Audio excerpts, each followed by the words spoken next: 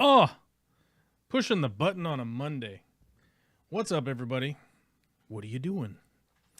Hopefully you're having a fantastic Monday. I don't know. Maybe you're having a really good one. Nobody has said nothing in the chat except for a couple people said hi. So I don't know how anybody's Monday's going. I don't know what's happening. It is the 23rd of June, 2025, as it were. And welcome back to another live event.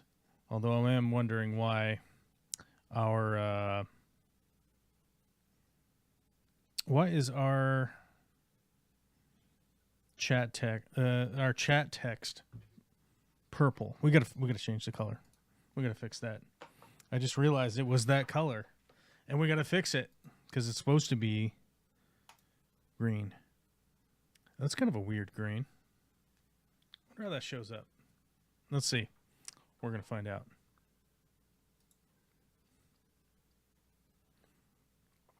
There we go. That works. Is there any way to make this bold? Right out the gate, we're getting into the deep shit. You can only do the size. You can't make it bold. Where's the bold button? Why isn't there a bold? You know what there should be? A bold.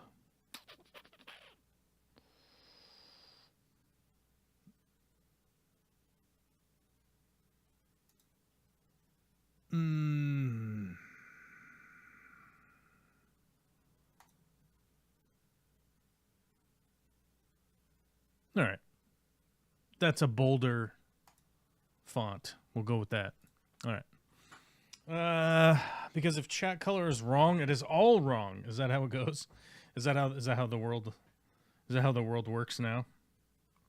That's a real question that I have for you. Is that how the world works now, in this day and age? If the font be wrong, if the font do be wrong, the wrong color, is it all wrong? Frank Dominguez is here. D-Rock is here. Witchy Cat's here. Just Bob. Linda Worth. Witchy Cat. Bold and spicy. Well, everything's bold and spicy these days. Forgot. I should jump into the green room. Am I in here? Am I in the green room? Fuck, I just went right into it. All right. We will scroll down some of the news and politics of the day. Things have gone... as I highlighted in the stream titles here, things have gone completely off the rails as far as I'm concerned, especially in regards to the current administration and what they're up to. Is complete and utter nonsense. And there's always that question of like, oh, is this making you sad? Is this making you depressed? And I'm like, yeah, it is making me sad and depressed that we're apparently jumping into World War III just so that we can sell more oil to Europe for some reason. That seems to be the only plausible reasoning behind this current administration's attempt at, bombing Iran, for instance.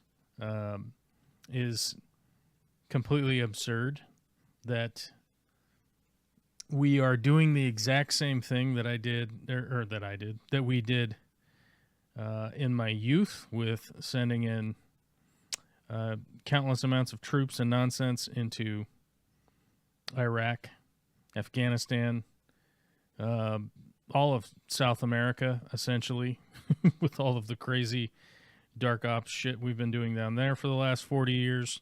And, the endless numbers of regime change wars that we have decided, for some reason, unbeknownst to me, other than a supposed economic reason, the United States has decided to jump in and be like, oh, that's what we're doing. We're just attacking the world and hopefully spending all of our money doing it. And one of the biggest parts that I've tried to illustrate over my life as to why this is fundamentally a gigantic problem is that you pretty much at this point could have paved the United States in actual gold with the insane amount that we have spent on regime change, war, with constantly developing new war machines, with constantly, we've even just talked about like the F-35 budget, just like the trillions of dollars that went into the F-35, which is just a plane, which now is actually going to have a bigger problem selling the F-35 to anyone because the United States is so incredibly inconsistent with our stances on everything because of these two Trump administrations that have been so ridiculously out of control and just unhinged, essentially.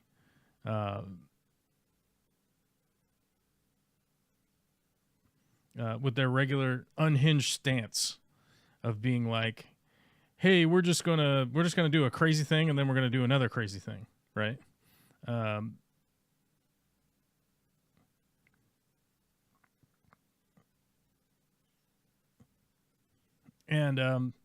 Like, who are you gonna sell a plane to that costs however many hundreds of millions of dollars on a platform, and you're the only one that supplies the parts for it, and you're like, yeah, buy this plane. This plane's the best, guys.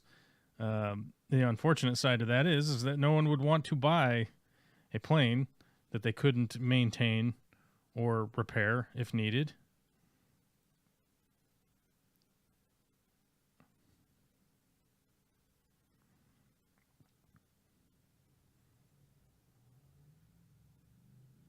Which has ultimately been one of the biggest problems with the fact of having spent so much time and money on projects like that.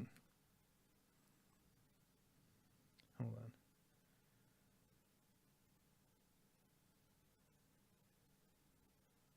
on. Oh, okay. Sorry, I'm replying to one of my big customers has decided to send me a bunch of texts right at 2:00. All right, sounds good. That seems resolved. Do we have any co-pilots on the show today? Let me check the green room here. And, you know, the reason I bring up the F-35 is just the insane amount of money, time, energy that went into developing, building, manufacturing, creating, advertising, and just the insane amount of manpower that went into a plane that, let's be honest with ourselves, is fundamentally and basically rendered itself obsolete in the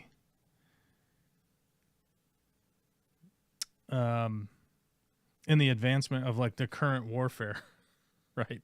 It's like if you own the internet, the ability to produce 500,000 drones a week and something that explodes that you can attach them to, it's basically like, oh yeah, all of these planes and all of these things don't really mean anything anymore, you know? And I think that fundamentally that is a portion of what has gone into the decision making in regards to the United States military of like, yeah, let's drop bunker busting ordinances on Iran because they have possibly are going to have a nuclear warhead at some point, right? And it's like, well, if everybody has the capability to unleash like a fucking swarm of drones, something that knocks out most communications, with like the ability to bring down the internet and whatnot, then it's like, well, your nuclear weapons don't really mean all that much anymore. You know, it's like, how are these wars in the future going to be fought? Right? It's like robot dogs and drones currently seem to be the deal. How does one break a promise? We act like we didn't cheat on a math test. Jacob, I don't know what you mean. You'll have to answer. You'll have to expand your question. I don't even know what that means.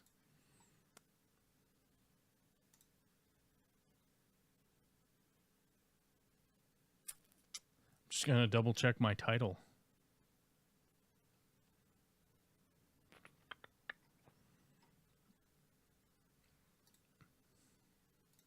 Yeah, I don't know. It's not in my title, so I'm not sure. I'm not sure with how does one break a promise. We act like we didn't cheat on a math test. Take your time, write it out. I don't know what that means. I'll be here for a couple hours, so you have time to type it out. D-Rock says someone dumped 6 puppies at one of the parks I was taking care of this weekend. Was so bummed. Are they dead puppies? I'm gonna be honest with you. If they were not dead puppies, I would be pretty stoked if I found 6 puppies. I mean, obviously, I don't want to pay for all the shots and everything that needs to be done with 6 puppies. That's a lot. We just did one. One of our puppies is like not even a year old yet. She's crazed because she's not even a year old yet. She's a wild dog running amok. But her temperament is much improving, especially with the we got her from somebody that I think would I guess what's the nice way of putting it? That would discipline the dogs in maybe a menacing manner, something that would be scary to a puppy. And so she had the submissive peeing thing. And she did that like crazy, and now she's probably down to maybe about 10% of the time does she still do it. But we're breaking her of the submissive urination, which is, by the way, an absolute bummer when you're just, saying hi to a dog, and then it freaks out and pees, and then you're like, oh my God, why are you peeing? And then they freak out. Because you're like, oh my God, what are you peeing for? Yeah. So I don't know if they're dead puppies. That's an absolute bummer. Getting ready to welcome your beloved leader here in Holland. Not my beloved leader, just the guy who managed to get appointed as the president. And I say appointed because there's some real questions about the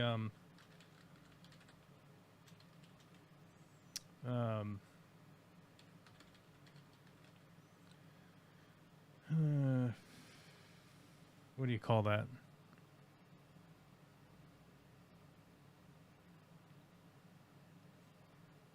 Oh wait, you just posted them on Discord? All right, I'll pull that down in a second.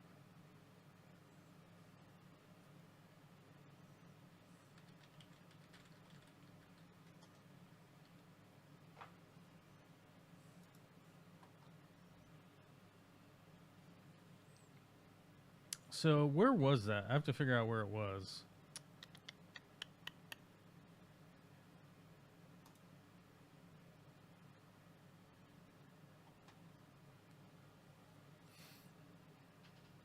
I think this is the story right here.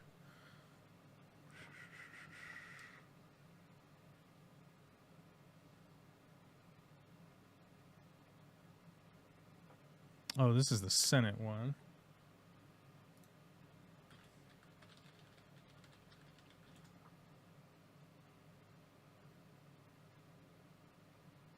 Is today Tuesday? No, today's Monday.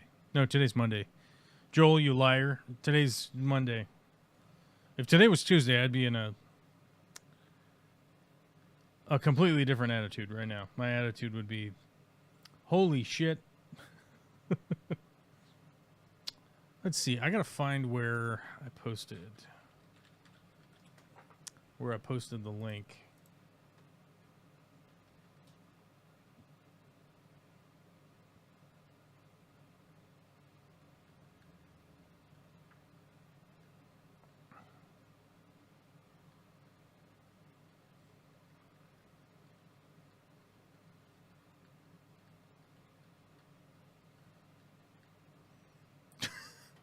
I love it when people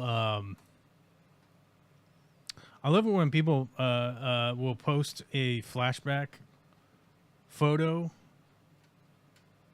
There's a photo here, like, oh my god, 15 years ago, right? And then they go, that's insane, time flies, we were all babies. And all of these motherfuckers right here in this picture are over 30 years old. You can't be calling yourself babies if you're over 30 years old. That's insane. That's an insane comment to leave on any post. Here it is.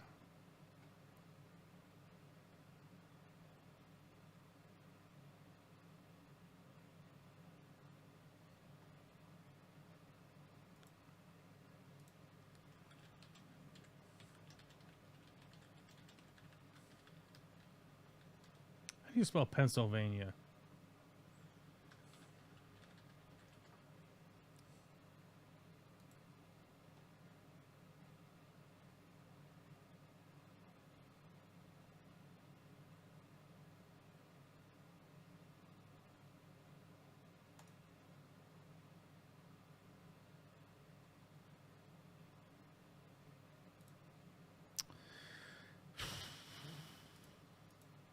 We gotta turn off. We gotta block all these cookies. How do we turn off this one? We gotta block all cookies. All right, here we go. Las Vegas, June 17th, 2025. A leading expert in election forensics, Dr. Walter Mebane Jr. of the University of Michigan, has found statistical evidence of vote manipulation in the 2024 U.S. election. His working report analyzing the 2024 Pennsylvania election results corroborates the findings of Election Truth Alliance's, a nonpartisan nonprofit that recently shared an analysis of election results in 3 counties in Pennsylvania. Here.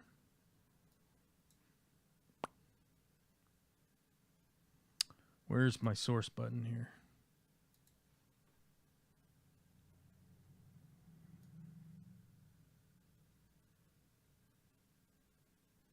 Boink. I love how it always puts it like right there in the front.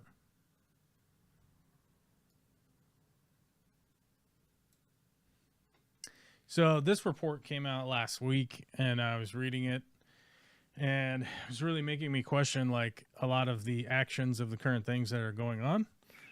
Dr. Mebane states in his Pennsylvania analysis that it is possible that the election was decided or nearly decided by a malevolent, what is that? A little tiny fly. Oh, I almost got it. Oh, I don't have a swatter. Did I get him? I don't know. Little tiny fly making me mad. Okay, there we go. Anyhow, Dr. Mebane states in his Pennsylvania analysis that it's possible the election was decided or nearly decided by malevolent distortion of elections' intentions. Mebane is recognized internationally as a leading authority on election fraud detection, and his analysis of Pennsylvania employed his independent e-forensics model. This model has been validated in professional scientific publications and has been used to evaluate the integrity of elections in countries such as Venezuela, Turkey, and Kenya. Mebane's analysis examines 7,040,360 votes across 67 Pennsylvania counties. The e-forensics model estimates that between 25,000 and 225,440 votes in the presidential race were possibly fraudulent. The range is due to Dr. Mebane applying several different forensic models in completing his evaluation. Cool. Hello? Can you hear me now? Yeah, I can hear you, dude. Sorry, What are you doing? It was a battle. Listening to you read and watching you swat flies. I'm not sure which was the more amusing. Go on. Swatting flies is hilarious because I'm I don't know where my I don't know where my fly swatter went. Without sound, it's certainly intriguing. Yeah. So, all right. I'm Oh, sorry. I can didn't hear mean me to in the interrupt. background. Uh-oh. Are you too Yeah. loud? Yeah. Hold on. Yeah. See if I can turn Yeah. you down. Yeah. Oh, hush. Oh yeah. Oh, yeah. Yeah, I can still hear me. It's good. Well, it's because I can't find anything. Hey, Here, try caller, that. you got to turn the radio off. Well, I turned one off, but if I'm going to hear you at all, I have to have something. You remember Here, is that back in better? the day when people would call into the radio station and then they would have the radio Yes. playing? Yeah. That's what's happening right And now. they'd listen to the radio. Is that better?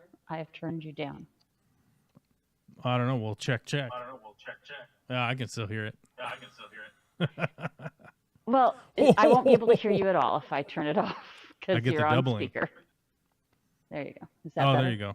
Now it's more. You're I can hear it like a little bit, but that's fine.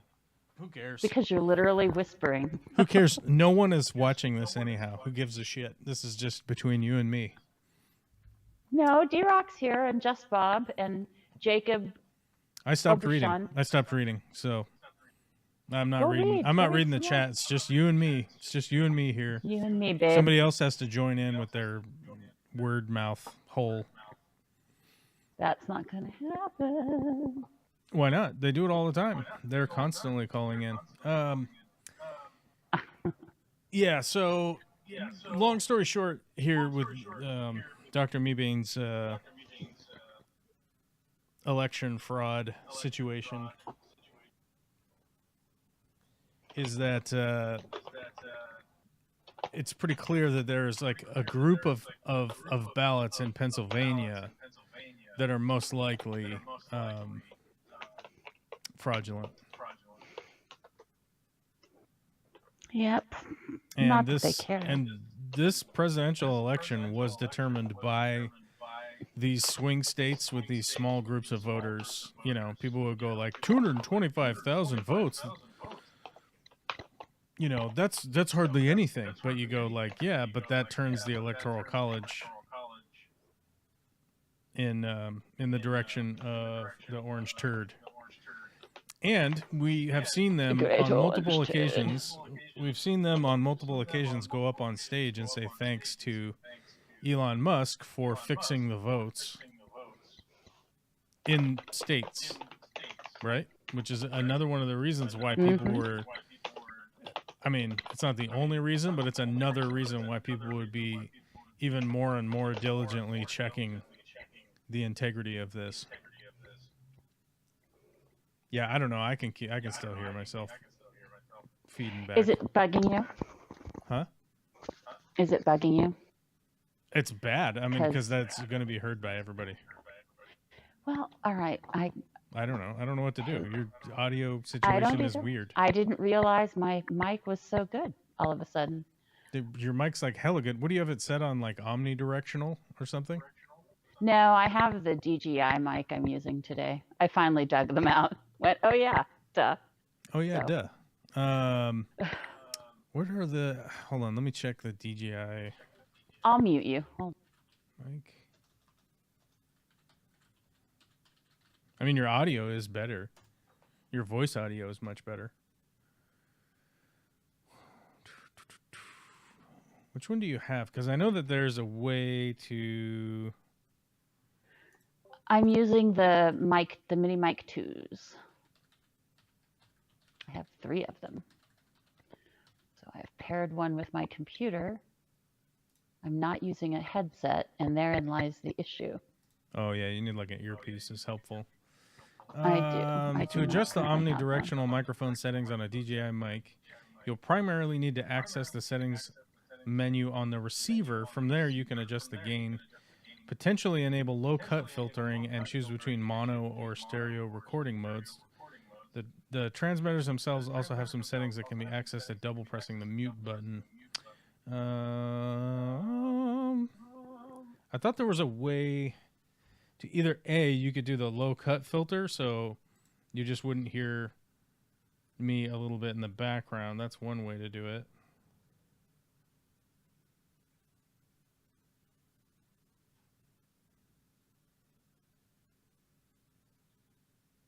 Yeah. I don't think...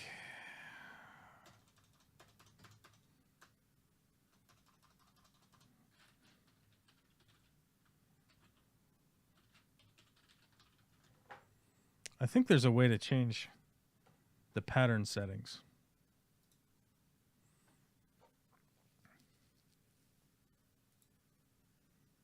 Oh, there it is. They have different polar patterns. Hold on, there.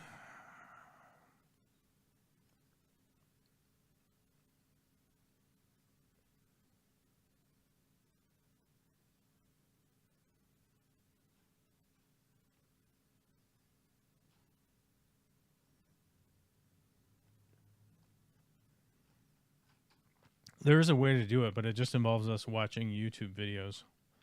Because I don't see...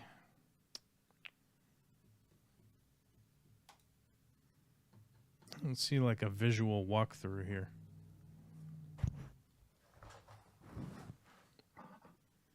Good. I'll just turn myself off when I'm not talking. Oh my God, you're going to do push to talk? Yeah, no, I'm going to do mute, unmute, because the push to talk doesn't seem to work right now either.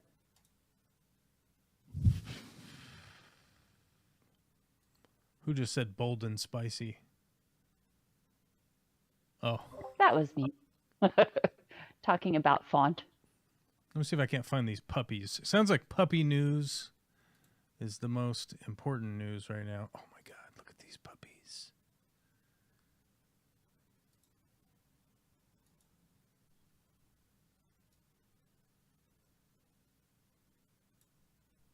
Oh my God, that's a box of puppies. You do not need more puppies. That is a box of puppies. Look at that. I'll take 2 of them. I'll take 2 of them puppies. Oh my God, I want these puppies. I don't even know what kind of dog they are. I don't even know what kind of dog they are. Yeah. That's those are some cute puppies, I got to admit. How do we enhance here? Is it control? No. Is it alt? No. Is it alt? They look like Chiweenies. I love Chiweenies. Or pug mixes of some type, one or the other. I love Chiweenies. I love pugs. Look at these little pups. Small dogs who can't breathe. Brought to you by D-Rock. They can breathe.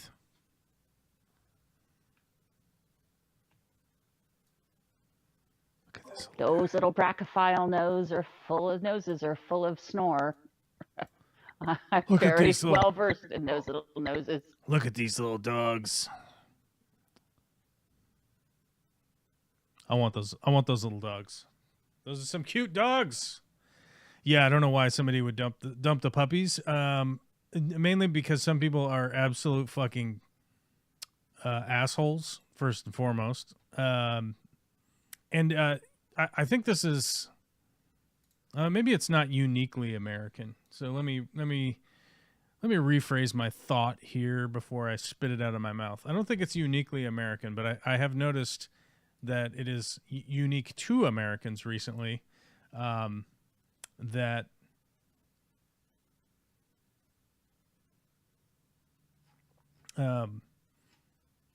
people have been absolutely ignoring the fact that a lot of these ICE detainees that have been picked up without a warrant, without the proper paperwork, without due process in a court after the fact, and shipped to a Salvadorian prison.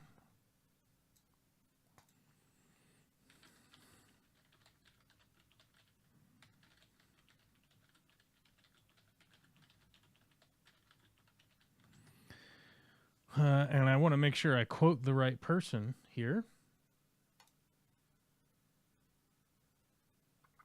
So Seacott, who was quoted as saying, "The only way out is through a body bag. The only way out of this prison is a body bag." And who was it that said that? You're right. That was CCOT. The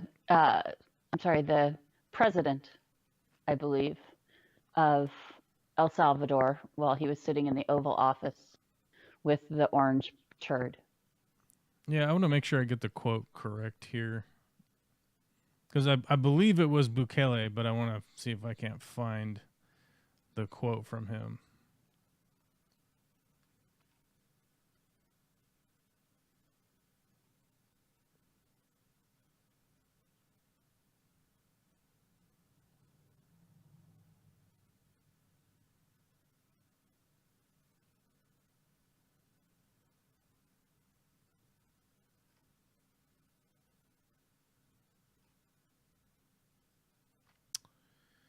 Let me see if I can find.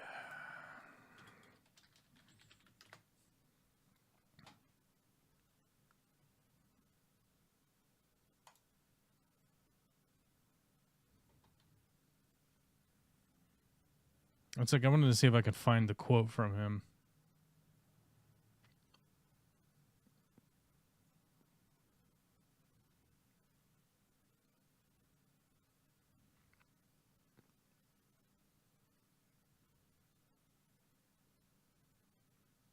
Holy shit. Look at this. Yeah, so here's the first thing. The first thing first, the year before CCOT's inauguration, President Bukele declared a state of emergency, suspending constitutional rights like due process, legal defense, and freedom of assembly, and allowing measures like mass arrests and indefinite pretrial detention. So this is fundamentally what Donald Trump wants. Every dictator freak that he hosts and has phone calls with, has lovely phone calls and exchanges letters with, weird little love letters. Probably send in fucking dick pics to each other in the snail mail. That's what they want. They want to declare a state of emergency to suspend all constitutional rights. That's the plan, anyway. And if you look here, as of today, El Salvador's detention rate has outpaced that of the United States, the former world leader in incarceration by far. 1 in every 57 Salvadorans is now incarcerated. 1 out of every 57 people in El Salvador are incarcerated in prison. It's really easy to say like, oh, incarcerated, and then just ignore it. No, they're in prison, right? Which, by the way, I would always try to remind people that try to sugarcoat the idea of prison, and that somehow imprisoning people isn't violence, isn't an act of violence in its own right. And I would like to see a situation where somebody throws you into a room and never lets you out of it, and then your opinion to just be like, well, this is non-violent because they just trapped me somewhere. It's absolutely violent.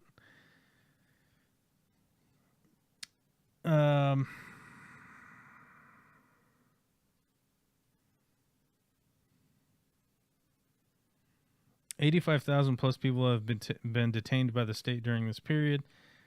6,889 cases of human rights violations have been filed by human rights organizations. 52% of detainees are 19 to 30 years old men. Which, by the way, isn't it the Republican Party that supposedly appeals to young men? Is that my understanding these days, right?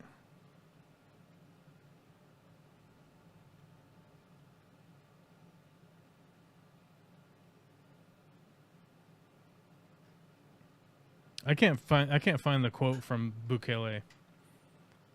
Maybe WitchyCat can find it, because I've completely lost track of what the hell I was talking about anyhow at the time.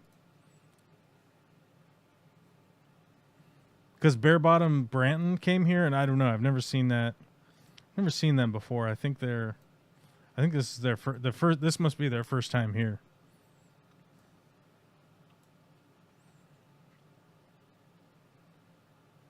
Meckham finally some rest over here. Got me gifted 2 20-gallon tanks and an aluminum rack for 6 tanks from a friend today. Finally got it in place. Also got a beautiful root. Like Christmas here. Oh, like a beautiful like driftwood root. That's cool. I mean, I'm going to be honest with you. In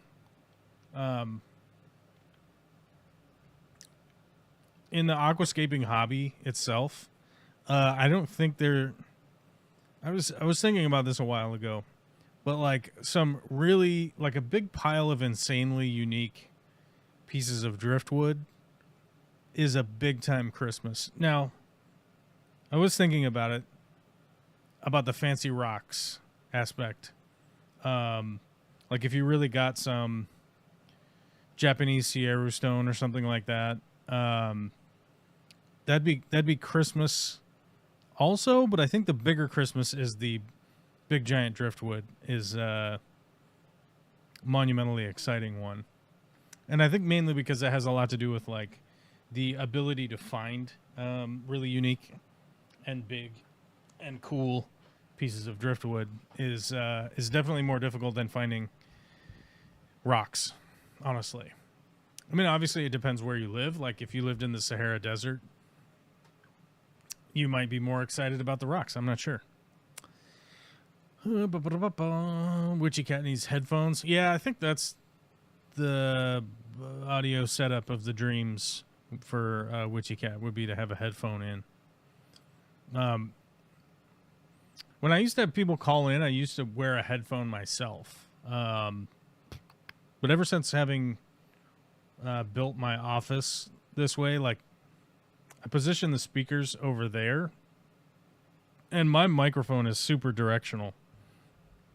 So, and I can see on my audio readout if whatever's playing through the speakers is being picked up by the mic or not.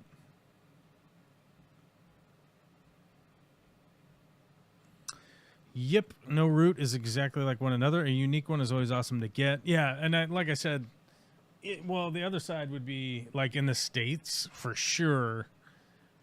Driftwood selection is, generally speaking, abysmal. It is quite it's quite terrible, to be honest with you. You can definitely find rock solutions in the U.S. way easier than you can find driftwood solutions. And I've made videos about it in the past of going to landscape places. Let's see if I can't find one of those. Search across your channel. Landscape store. It wasn't Bukale. What? It wasn't Bukale or Bukale, however the fuck you pronounce it. Jesus it Christ. was the, What is now going am I on with too your audio quiet? now? What? Am I too quiet now? No, I fucking shit. I'm sorry. It I was would file the this under Justice Minister, frequently asked and questions. I can't find a direct quote, only that CBS quoted him as having said it. Right. I couldn't find the exact quote. But like the a overlying cough. issue with that is it has more to do with the fact that like our United States president was hearing I think that that's okay. and going like, yeah, that's what we want to do. Like that's what we want. And that's it. That's just abhorrently insane. Let's see. Main window, region. What do we want here? I wonder if there's a way to just click this and get the screen. Man, you can't just get the screen. If I do this, you guys can look at all my tabs. And then you guys are looking at all my tabs. Although, none of my tabs are suspect. But yeah, there's a video here from this fucking dude. I'll put it up here. Let's listen to it for a second. Questions. Is the audio even loud enough? Where do you get your hardscape materials, especially when you're talking about going to a landscape place? Well, Vicky and I went to a landscape place, and here is a short video about that and the acquirement of the new rocks that are going to be going into the 60-gallon cube.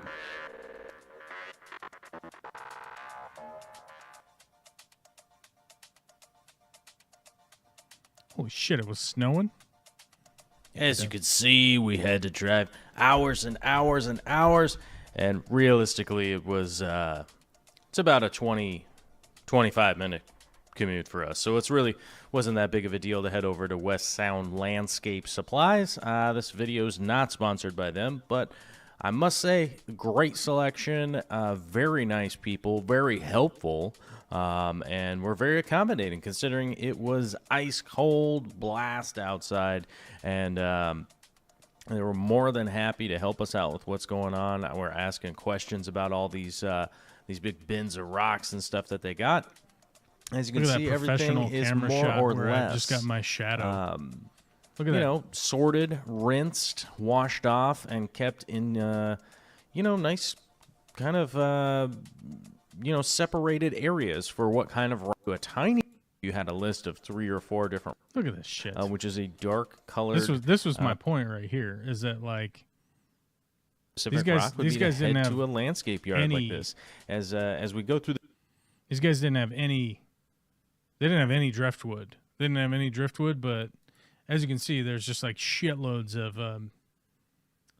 of different types of rock that I could have picked up. Like I could have even just like as an example. Jesus, look at how terrible this is. Let me find a good one here. Like even as an example, I could have just bought this big rock slab here and got it in my truck and then brought it home and just broke it apart into chunks that I wanted to use. Even if they didn't have stuff that was the size I wanted in that rock, I could still buy a big one and hit it until it's broken. They had slate, they had granite, they had basalt. Like these are all basalt chunks. These could all go into a fish tank. Yeah, my point there is that there's not really any kind of any kind of way to get around the driftwood side of it, the driftwood aspect. Like Manzanita Bulwarks down in California, that's probably the spot, I would say, is the place where you can order driftwood for sure, but and get it delivered to you. And it's the upside on that also is that it's kiln dried. They're kiln dried pieces. You know what I mean? Which is huge.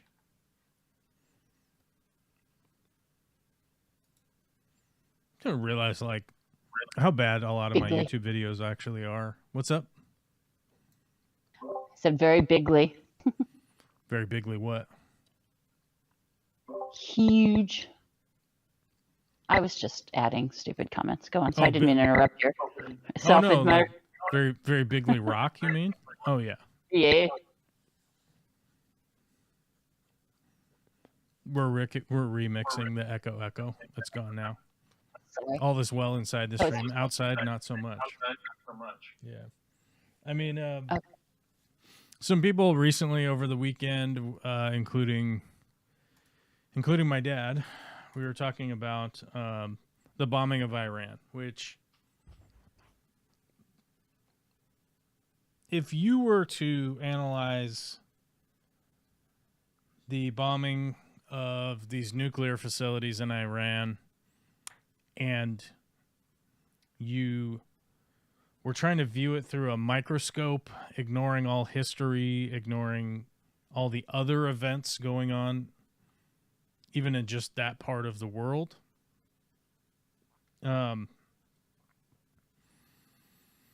you might be able to just go, oh, okay, you know, the American presidential administration is obviously had a hard line with the idea that they are going to allow more nuclear weapons to be built somewhere. I think you could potentially do that. Like if you were an absolute Kentucky live in the woods hayseed dipshit without any contact with the rest of the world, and somebody came and told you that Trump bombed the nuclear facilities where they were making nuclear weapons, you could probably go like, oh yeah, man, that sounds great. Like you could maybe come up with that take. If you, but the only problem there is that you would need to be like 20 years old. Because somebody that's my age, I'm 45 years old, and I've been being lied to the entirety of my life by the Republican Party in the United States at almost every step of the way, as easily highlighted last week when Rafael Cruz went on the Tucker Carlson Twitter extravaganza experience, whatever the fuck that thing is supposed to be. And those two dipshits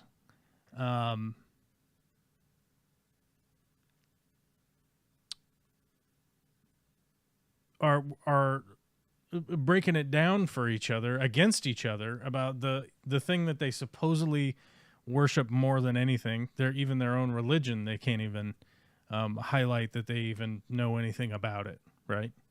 And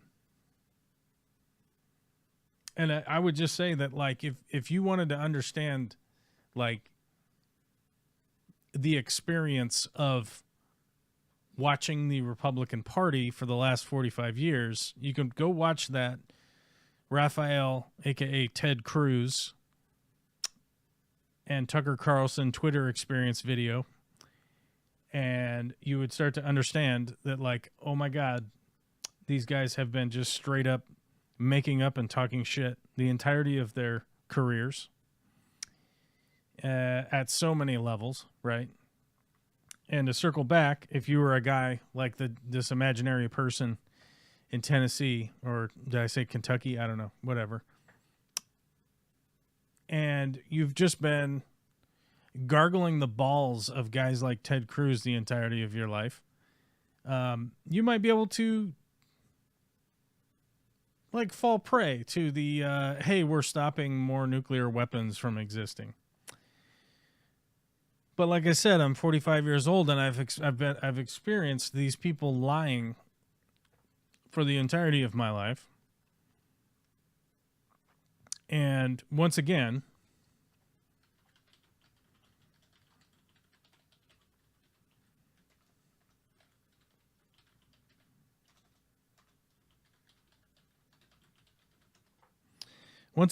we go, why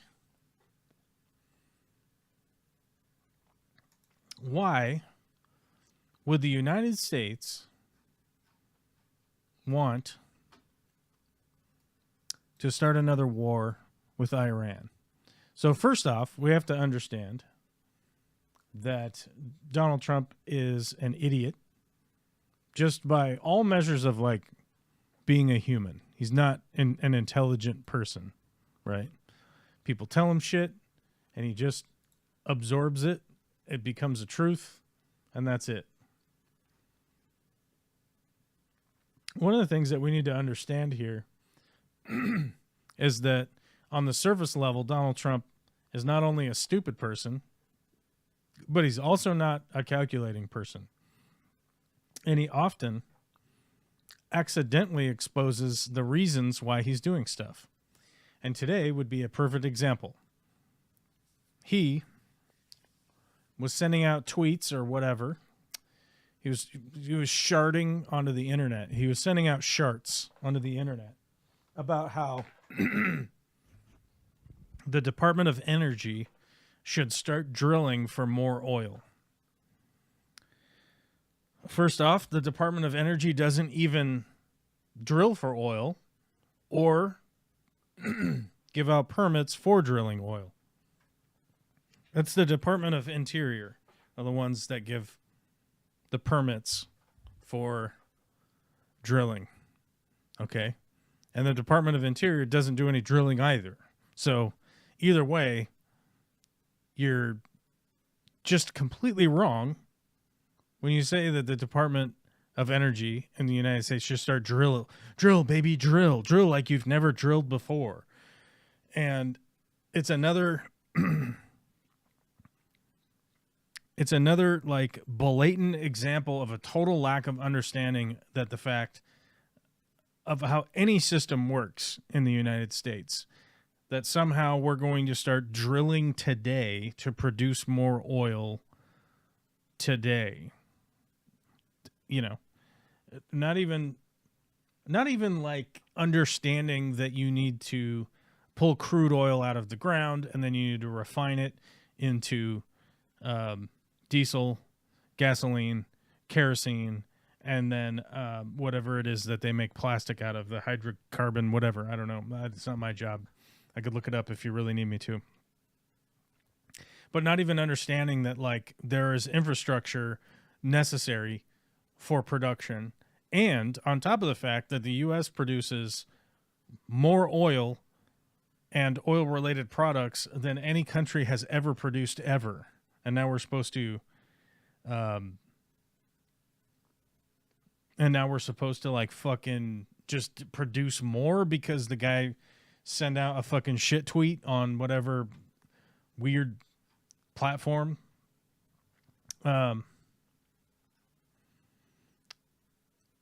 But the reason that I bring this up, we could go through and read this whole thing if you want to understand what I'm talking about here. But one of the main reasons why Donald Trump would want to start bombing Iran is highlighted right in this article right here. Iran's parliament has approved cutting off the Strait of Hormuz. I don't know if I'm saying Hormuz correctly. I don't speak Iranian or Egyptian, whoever named it. A narrow shipping lane in the Persian Gulf that about 20% of global oil and gas passes through. But this is the 20% that passes through to Europe. Okay? And with the current sanctions on Russia and the current situation in the Middle East, an additional drop of 20% of global oil going through the Strait of Hormuz will create a situation where Europe has only one place to turn to, and that is the United States oil production. It is the only place that the Europeans are going to be able to turn to. China isn't going to be able to send their oil through. What's going on? Did you unmute me? I can hear me. Okay, I was hoping you were going to tell me you couldn't hear me. Sorry. I can. I was like, I'm not sure what's going on. Something. Well, I edited something. Yeah. Hold on. Let me see. Didn't work. Let's do a check. Check. Test. Yeah, it positively comes through your mic. So that's the downside. The downside is that the echo doesn't come back to me. It comes back to your mic, and then that will be displayed as audio for the people that are listening. I know. That's I'm the sorry, downside. guys. I'll stop being bad. Go back. Wait, hold to on. What do you got going on now? Hello? Okay, whatever you did. I'm here. Whatever you did now is working. Now it's working? Whatever you have set up now don't move. It's fine. It's good now. I can't hear me. You can't hear you is good. Yes. Okay, good. You got it. Whatever you did, do that more. No, to the left a little bit. No, faster. Okay. Wait, hold baby. On. No, slow down. Medium pace. Slow down. A medium? I will continue at a medium pace. You just keep reading. Medium pace. Slow pace. Baby. Super funny. I was well, that's more fun than I've had in months. on a weird side note, on a weird freaky, gross side note. So if you guys don't want to hear anything gross, hold on for a second. Hold on to your butts. To all the ladies out there, slow it the fuck down. Slow it down. Yeah, it's not a race to the finish. No. If you're trying to finish, slow it down.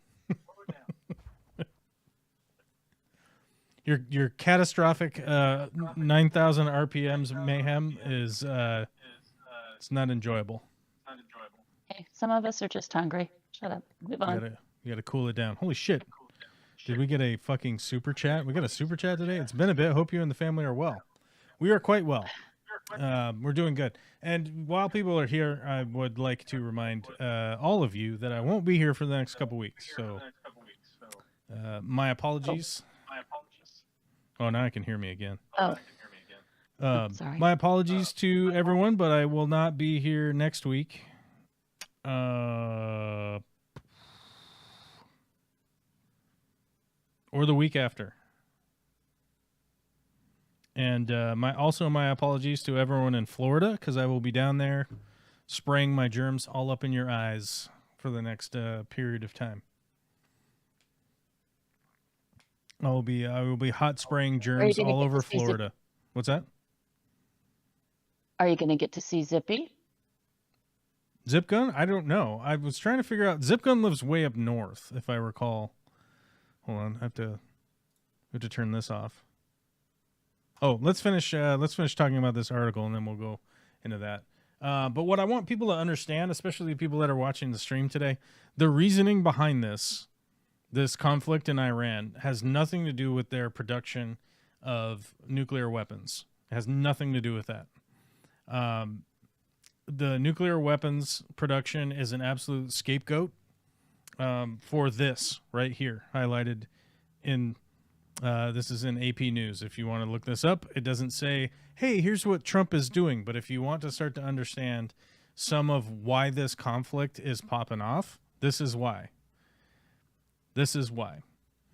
Trump earlier Monday called on the U.S. and allied oil producing nations to pump more and keep oil prices down. But that's not what it's about. It's not about keeping oil prices down. He's a buffoon, and he says this to his fucking dipshit followers, and they go, oh, oil's going to be cheap. Except oil has gone up 28 cents a gallon since they bombed Iran. And I wonder why, right? And it's because, guess what? The U.S. oil producers that are the ones that talk to Donald Trump and fucking convince him to do whatever it is that he's doing realize that if they can convince this fucking spray-tanned, fucking brain-addled rapist to go to war on the other side of the planet, right? They will begin to ship their oil over to Europe because Europe will have no other option but to, that's right, order it from the U.S. So their the LNG, the liquefied natural gas, the United States is one of the only countries that can actually export liquefied natural gas, the LNG, which is basically a big giant tank of fucking liquid propane. The United States is one of the only places that actually has infrastructure to ship it out. And send it to Europe. And then on top of that fact, the U.S. can ship oil to Europe. And then what ends up happening is that the United States companies start to stay in control of how much oil is being produced here and the oil being produced for the European market. And this will do the exact opposite of what this fucking dum-dum thinks. Or is broadcasting to his super mega, what I like to refer to as football fans. These people are in a football fan club cult type situation. And they'll be able to jack their prices up and control exactly the amount of oil that they're producing in order to run through this summer. And I guarantee you the oil prices the gas prices when you go to the pump this summer are going to fucking bend your mind. You are going to literally be like, should I actually even buy gas? And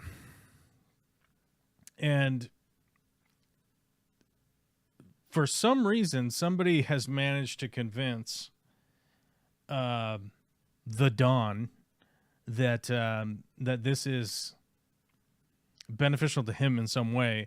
And I think the reality is that we will, as the years go by, we will find out more and more about things like the Trump cryptocurrency and just how many bribes and things he's been accepting through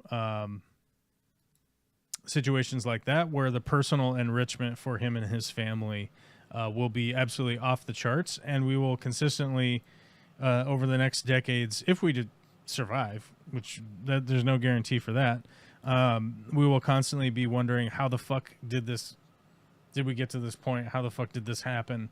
And a lot of people will pontificate as to how we got to this point. And I will tell you, a lot of it boils down to the previous administrations continually doing shit.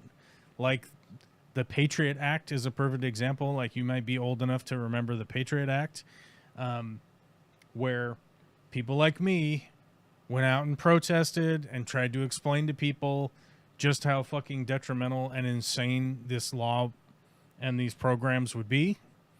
And I was consistently told that I was being alarmist, that I was being obtuse, that I was being an asshole, that terrorists are going to destroy the United States if we don't do this. Never mind the fact that Timothy McVeigh, a homegrown terrorist,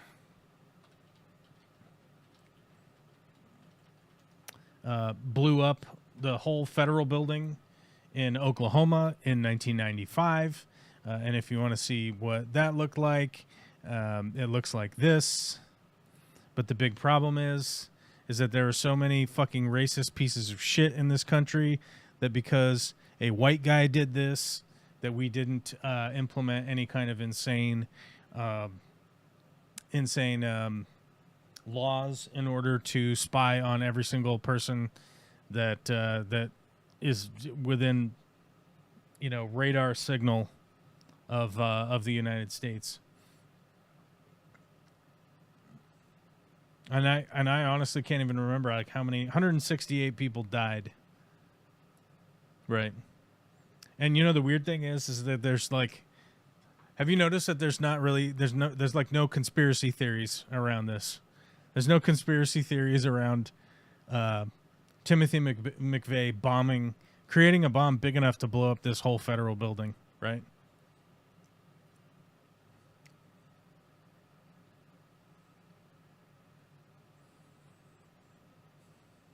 No conspiracy theories, and we only killed one of them, even though there were two.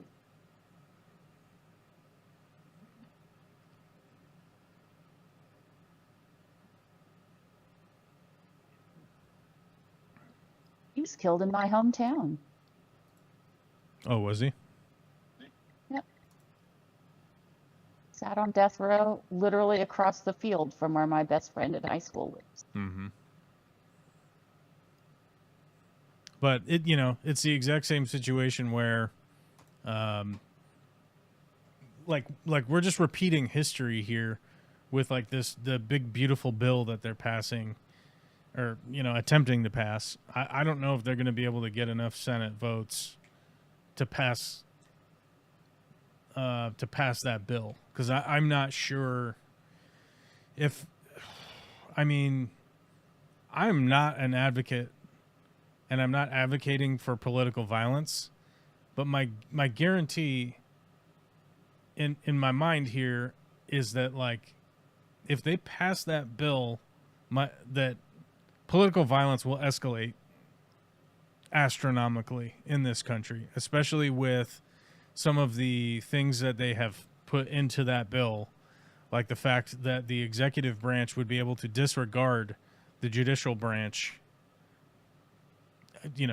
at will, if they just feel like it. If they just feel like disregarding, they can just do it. And then they could point to this bill that they've passed.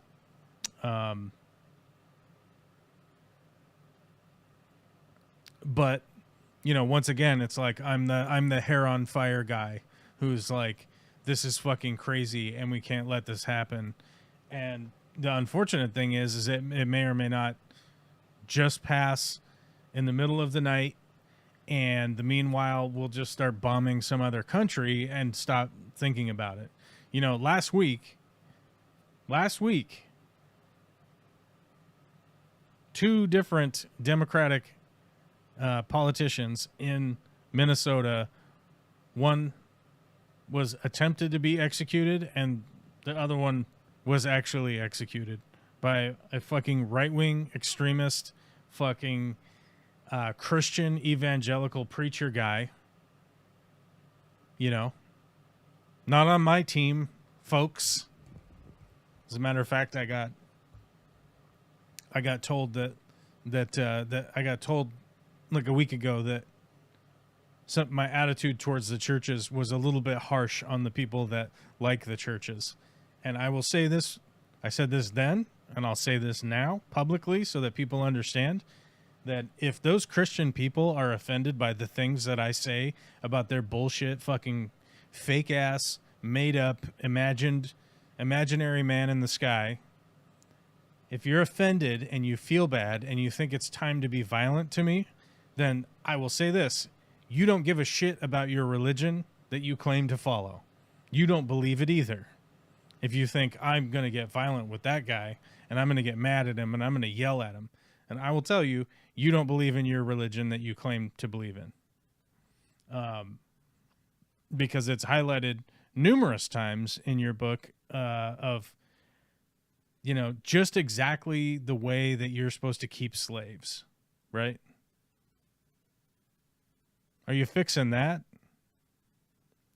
It's highlighted in your book, I don't even know how many times, that you are supposed to oppress all women. All the time. Even in private. Even in your private relationship. You're supposed to oppress them. And all women are supposed to be oppressed. Right?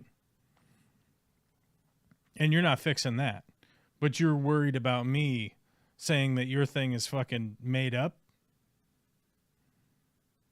Okay.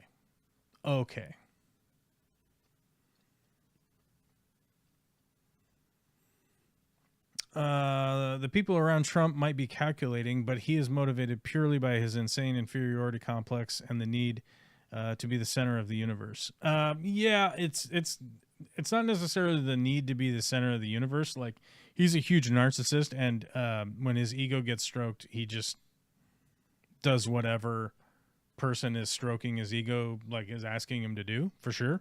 But the bigger part is him being the center of a personal wealth gain. That's the whole point, right? The whole point is to beg, borrow, steal, and collect money, right? Because after 250 years of this country, we have found that the only thing that really matters is if you have lots of money. That's it. That's all that matters. It doesn't matter. It doesn't matter how many of your coworkers you artificially inseminate. It doesn't matter if you blatantly cheat at video games for having what could be described as likely Chinese video game slaves build your accounts for you. That doesn't matter. Hiring teams of engineers to build stuff for you and then take the personal credit for it, like, that doesn't matter. None of that shit matters, right? Like, none of that shit matters, because if you have lots of money, it doesn't matter, you know? And I've seen that on a personal level. I've seen that on the public level, right? Around the world. For a second, I thought you'd been watching me play Minecraft, but obviously you're talking about Musk. Oh, was I watching you play Minecraft? Oh. Are you playing Cheating. I was Minecraft? cheating. What are you Yeah, crafting? no, I'm joking. What are you crafting? I needed a place to go where there weren't bombs, where I understood the monster. Oh. Well, I was just saying, what are you doing? What are you building in Minecraft? Is it a flying machine? I'm a digger. I go Is into it- caves. I like caves. Well, then you're a spelunker. I do spelunk. You like to go spelunking. I will say, like, the newer versions of Minecraft are much better for spelunking than the old ones. Well, and I mod the living shit out of it. But The that living wasn't- shit? Yes, and the dead shit, but mostly the living shit. Oh. Yes. Yeah, I mean, So. I'm just saying that, like, in comparison to the older versions, like the new versions, like the new caves, and it's, I don't think you can go deeper. I think the Y level is still the same, right? Like you can't go can deeper, go but the deeper. mines are bigger. It depends on the mod. There's a couple of mods that take you down below. Deeper. Very exciting. Well, you can't. No, I mean, oh, hold on. And yes. It's down below the bedrock. Down below the nether. Down below.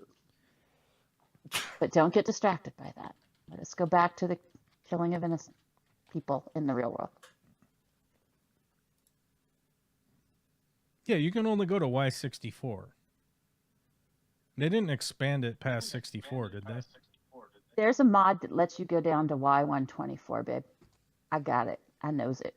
That's a mod. I don't give a shit about mods, man. It doesn't matter. You can mod yourself into being an Enderman. So like that doesn't matter to me. Good, but What I'm saying, I thought I only mod extra cave space. what I was trying to figure out is if with the Deep Dark expansion, did they go deeper? But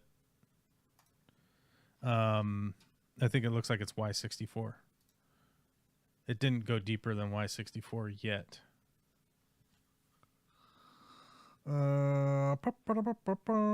Let's see.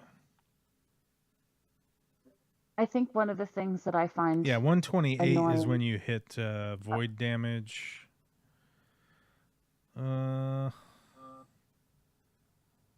Minus 2032 is the lowest block you can place with the custom world. Okay.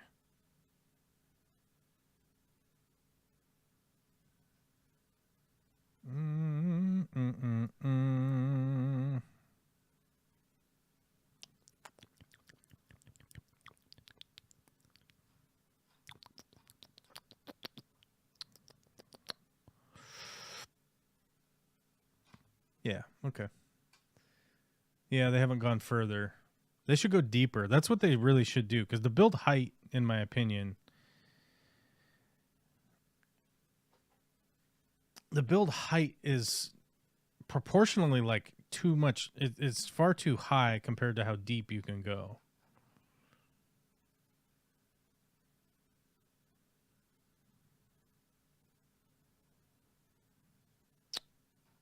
Yeah.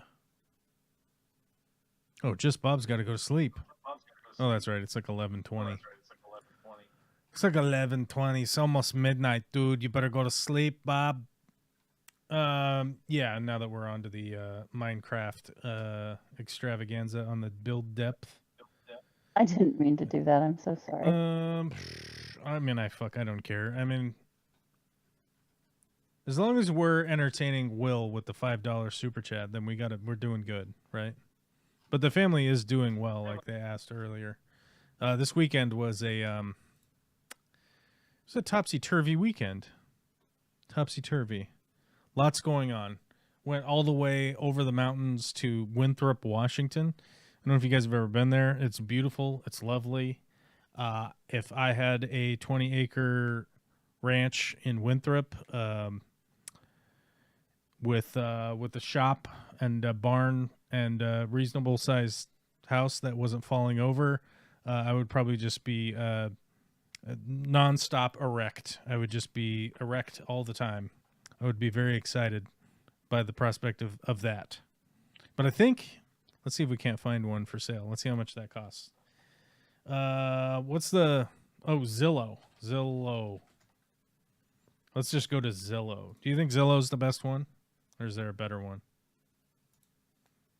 Yeah, I mean, they're all Zillow or Redfin are probably. I mean, they're the all two, running off yeah. the MLS. It's not like they're Yeah, all doing basically. anything unique. Resold info. Unique, New York. Unique, New York. Oh,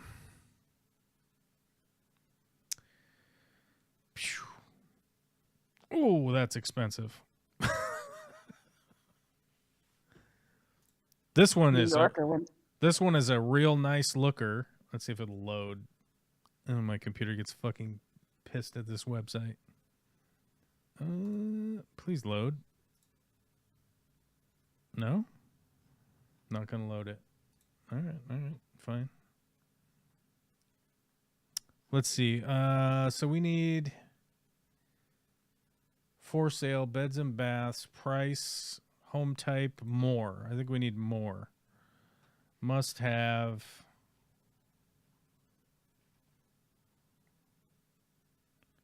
Has basement, single story, square foot, lot size. Minimum. Let's say minimum. What do you think? What do you think's a reasonable minimum? 20 acres is the standard. 5 to 20, right in there. No, let's just say like what's our minimum? 2 acres. Let's go 2 acres. 5, but 2 will work. Okay. I mean, I can do a lot with 2 Not acres. like I use any of it, but I mean, I can do a lot with 2 acres. You know what I'm saying? Yeah. okay. You know what I'm talking about? Yeah. 2 acres, baby. What you'll say.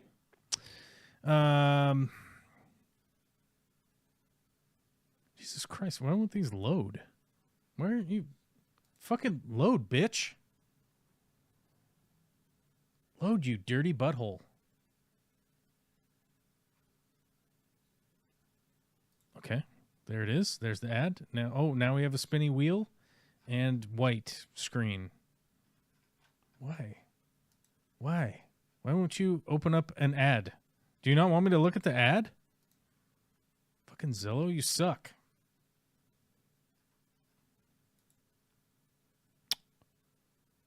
Load? Load? Don't load, I guess. Maybe I have to sign in, otherwise it won't fucking load. Because it's a biatch.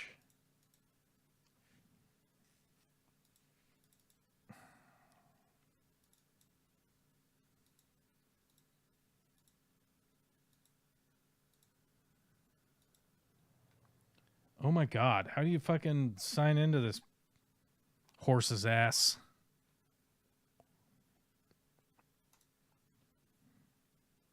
Dude, I have like so many protection things on my computer that it's like, are you sure we can sign in? Hold on, you need to sign into the other verification that it's you. Okay, let's make sure we got the 2 acres. Okay, we've applied that. Now we've got the zone, this Winthrop zone. Oh my god, the Winthrop zone extends all the way over to Stehekin. Did you know that? I didn't realize that. Is Stehekin part of Winthrop? No, but for sales, because properties are slim, they expand the living shit out of the area. No, it's normally like the area that the city encompasses. Because you know, in Washington, it's like let's say you're in Bothell, but you're actually still in Linwood somehow, because Linwood actually extends over the hill. And so it's like if your house catches on fire, the Bothell Fire Department can't come out there because your parcel is being paid into Linwood. So that you have to wait for the Linwood Fire Department to show up and put you out. Anyhow, let's see if we're signed in, if it will load. Nope. No. Signing in, it did not help. What is this? Does Zillow just not work? Fuck. What a piece of shit website. What a piece of shit. This fucking website. It'll just bring up like a big white screen instead of loading the ad. Like, just load the ad. This is all you do. That's all this website does, but it can't do that. Well, Zillow sucks balls. All right. I don't know. This place is 1.5 million. This place is 1.25 million.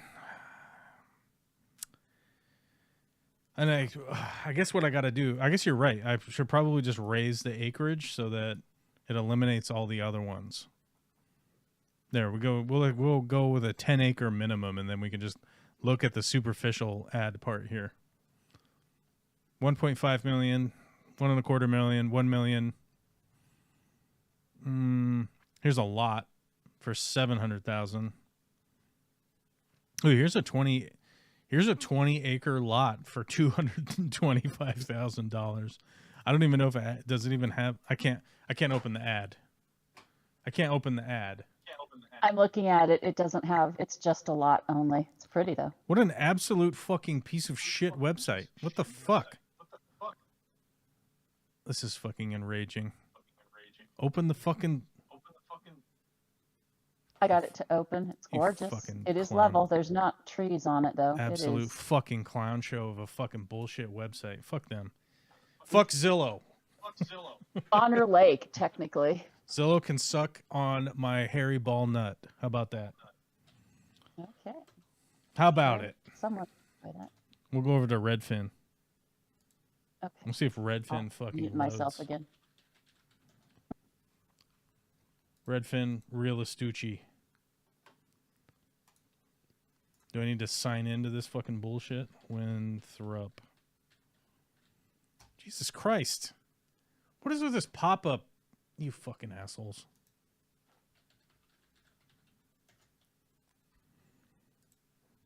You ever get in a fight with the internet? I'm going to fight it. I'm going to fight it right in its bum. Fight it every day. It wins. But it gives me something to do.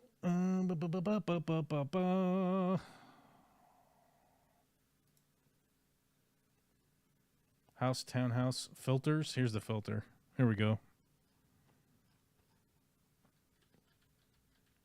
Dun, dun, dun, dun, dun, dun, dun, dun. Where the fuck is the land filter?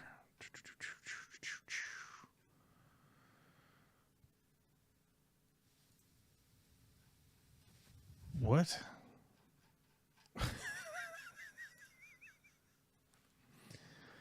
Okay, here we go. Fuck me. Fuck me running.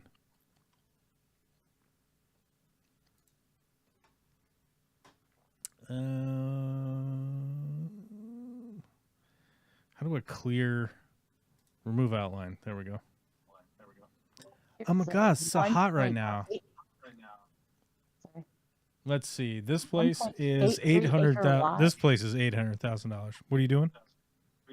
I was looking at a 1.3 or 1.83 acre lot with what looks to be a tiny cabin on it for $223,000 in Oh winter. my God. 280,000. I'm sorry. And that one is pending sale. I've got probably all because this it has cocaine structure on over it. here. I should sell it and buy that land. So stupid. That amount of money. But it's because it has a structure on it, and most of these places No, the are big. just undeveloped land. I would wager a good amount of money that it has a well and it has power.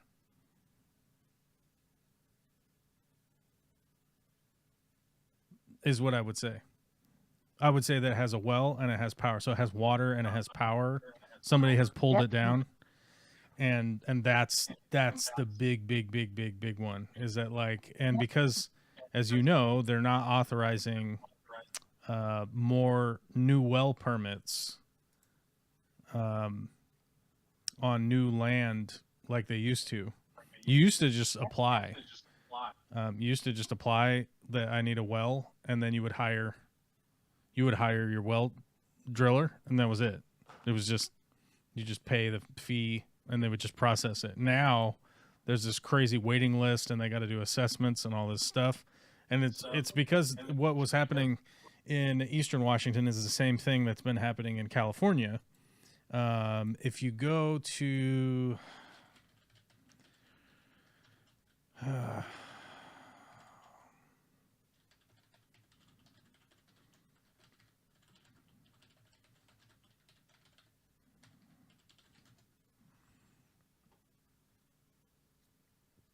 It's the Joaquin Valley. So in the Joaquin Valley, they've been pulling so much water out of the aquifer, which is the underground water. Think fish tank underground. And then they pull the water out of it. And they are losing the height of the ground, the actual ground itself. And they have like sinkholes and shit that are popping up. But the weirder thing is that, and I got to find out where it is.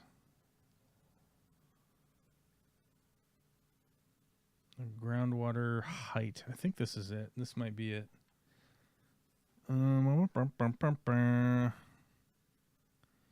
Yeah. So the Joaquin Valley is this big area in California. Oh, fuck, I have to show you guys. If I try to show you guys with just my words, you start to get confused, and then you tell me I'm gonna pee my pants, and then somehow I end up peeing my own pants. It's fucking wild. So here you go. Yeah, this Joaquin Valley is this big part right here, down here. And what's happening is that they're pumping so much water out of the aquifer under the ground that the actual ground itself is lower. By somewhere I saw it showed that there were like, it had dropped 12 feet from the previous height. Yeah, here it is. So this is what's happening right here. So you got bedrock sitting here from the mountain that goes up this way. The aquifer is like down here in all this clay bullshit. And when you displace this water out of here, where you're standing on the ground gets lower. And this is the big concern that they're having, is that they're depleting the water table, and it's not being replaced. So what's happening is that like the surface water is one thing that is up here on the top, and then it's headed out and it goes away. But and you can harvest a bunch of that. But what the additional that they're doing is harvesting this aquifer water that's underground, and it's lowering the ground level up here. And I don't know if we can go through this whole article today, but this exact same thing is happening in eastern Washington, and they've been studying it. And the big problem with it happening in eastern Washington is that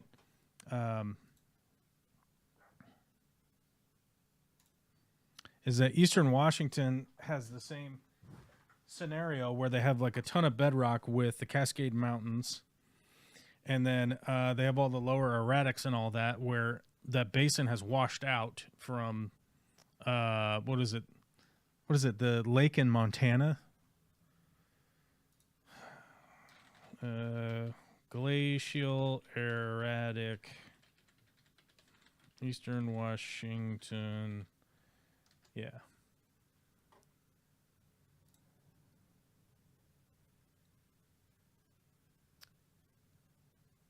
Lake Missoula, that's what it was. It's Missoula, not Montana, but Missoula, Montana.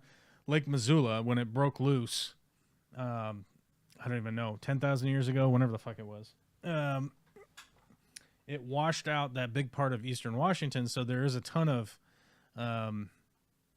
aquifer water also. But the problem is, here it is, the scablands right here. This is the problem.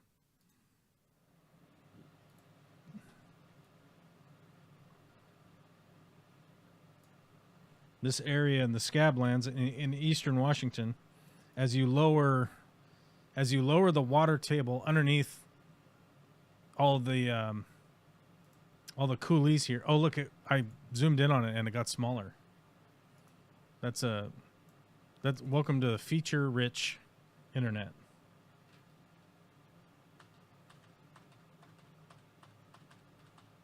Yeah, now we've zoomed way in. So through the Cheney Palouse right here, and over here towards the potholes and all this, which I don't think you can see right now because I did a shit job of hold on, add source. Did a shit job of highlighting it, but here we go. So out in eastern Washington, there's all this area right here. You got the Pasco Basin. You've got the potholes over here, Quincy, Vantage, the Cheney-Palouse Tract, all this stuff. By the way, amazing area. Go check it out whenever you can. It's a beautiful part of the world. It's definitely a special, zany part of the world.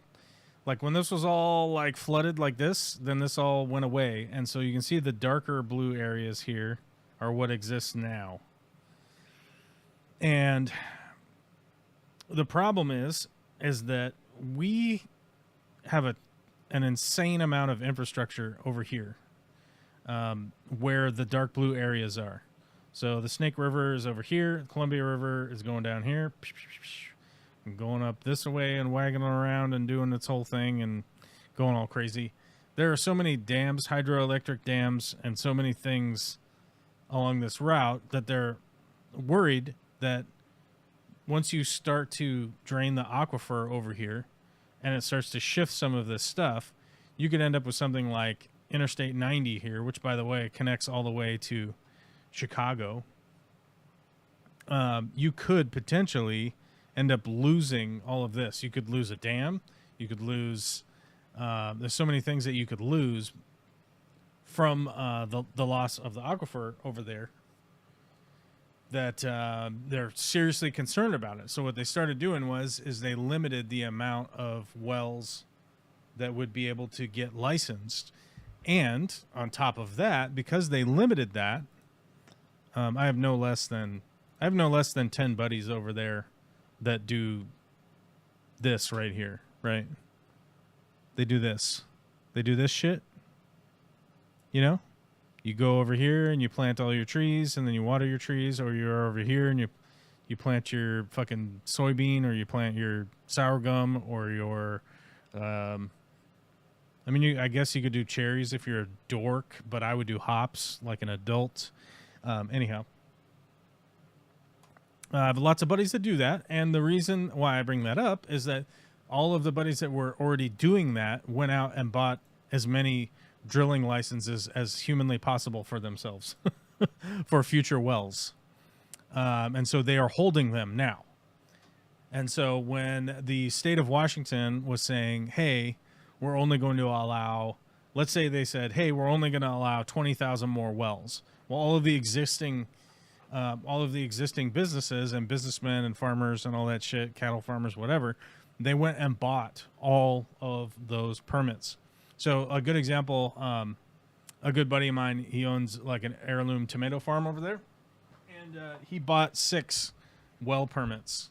He said it was all he could afford. I think they had raised the price on them, and I don't know.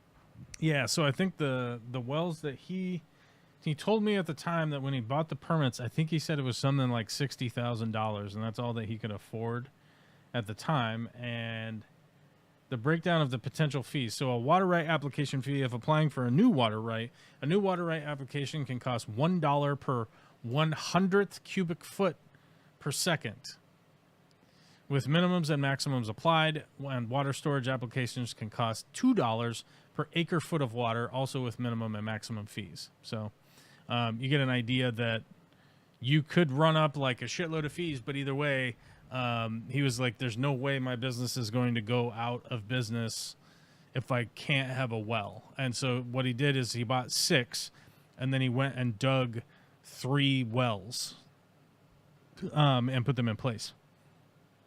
So he was like, yeah, I have 3 wells. We're not doing anything with them yet, but you know, he's like, I'm not going to lose my business because I don't have water. And there is no, if any of y'all thinking, oh, Washington is just one microclimate because we have rainforest on this side of the mountains, we don't. We have, or we do.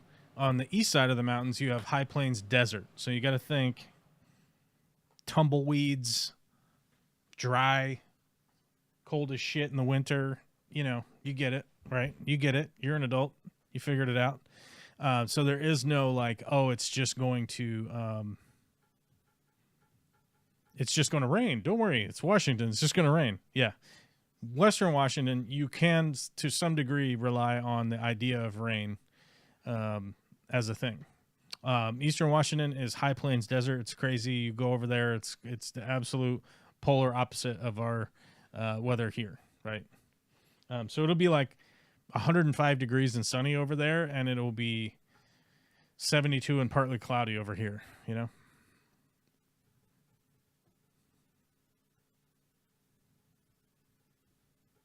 You hit the top of the pass and you can literally feel your pores open up when you're driving west in the summer. And That's your if you eyes, have like, that's if you have pores. I don't have pores because I'm a vampire. yeah, well, okay, lucky you. I Vampire. used to make that drive every weekend, and I have to tell you that the relief of hitting the pass and hitting that spot somewhere between midway up the mountain and the top of the pass where the temp drops and the gray sets in and the moisture hits it was maybe one of the best feelings in the world. Is it? Is it? Well, no, but it's, you know, what us singletons have to take these days. It's true. True facts. Me too. Needless to say, we went over to Winthrop, Washington. Spent the day over there. Drove back. That was a long day of driving. Although, like, from where I live now, the trip to Winthrop and back is less than it was before. So, it's not as bad as it used to be, but, you know. Let's see. This place is $2 million. What's its deal? Does it have a house or anything? Oh my god, is this just like a plot of land? 29 acre property is the last large development site in Winthrop. Its proximity to the heart of town, as well as the ice rink, library, and ski trails, makes it ideal for a mixed-use project that caters to residents, tourists, and outdoor enthusiasts. Perfect for nightly rentals, single-family, duplexes, 3-4 family dwellings, planned residential complexes, and inns are all possible. Oh, so the idea is that this is a big plot of land in a really important spot. It's almost 30 acres. But at $67,000 an acre is fucking wild. But I think that's why it's been sitting on the market for 185 days. Yeah. And this is one of those whole, like, I know what I got things, right? I know what I got. It's a nice 5-acre piece, but it's still 300,000. But it's got water on it. It's nice, but it's undeveloped. And the ones that are affordable are all micro spots, and they're all in the middle of HOAs. Yeah, I wouldn't move to an HOA anyhow. Where's Carlton? Carlton, Washington? Where is that? I don't know if I've ever been there. I think it's down by Twist. Here's one that is $1.25 million. It is 12.5 acres, has one parking spot, has a house and a garage, and a gazebo. And it's pretty cute. Doesn't someone we know want a gazebo? What's that? So doesn't someone you know want a gazebo? I built a gazebo. I built a gazebo last year. Oh, you mean like my former employer? Yeah, he wanted a gazebo.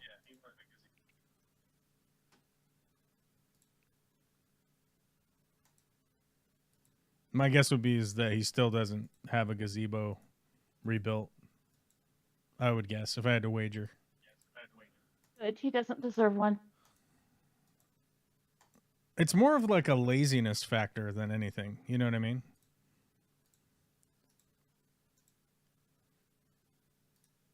This place is cute, but like for $1.25 million, like this ain't it. You know what I mean? We're not even going to show the internet that listing. Here's a place in Twisp that's 20 acres, has a house with a garage, and some other building too. This one's only $650,000. Ooh. And Six while I digits. don't, Nice. while I don't think, oh, $650,000 is totally reasonable. You know what I mean? Like, in comparison to 1.25 million, it is, I guess. Half the price. Let's see. Yeah, so it has a house on top of a garage, if you know what I'm talking about.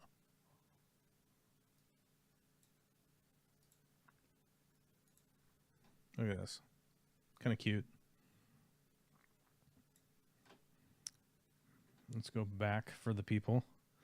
It's got a house on top of the garage, and then it has this other building that I don't know what it is. Some kind of shop. On 20 acres, but it's 20 acres of like completely unfucked with. Like they haven't improved anything. Oh, it's a garage.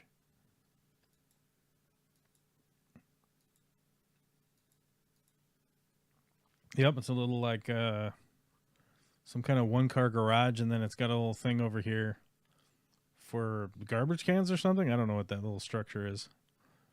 But no trees. Look at the 0 trees. Oh, there's one tree over here. It's burned.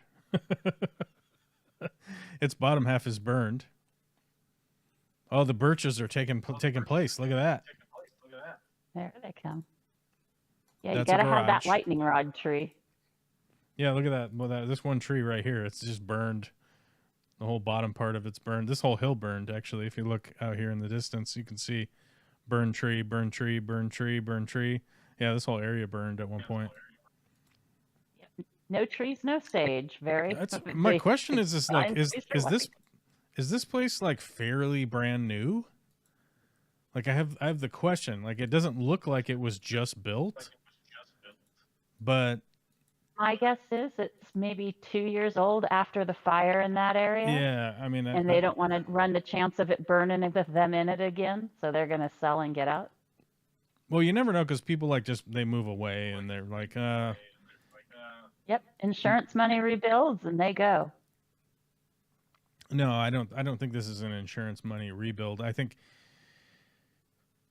you know, either this is people like moving away or this is like their summer house. Because I've seen a lot of properties like this, and the reason I say that is because where's the zoomed out one? Yeah, here you go. You can see a lot of the land around here. They haven't done anything with it at all. No fence, nothing. Yeah, it's not a fence. There's no That'll projects. come There's directly just to your hand while you. you know, it's just like you just drive up here and then hang out. You know what I mean?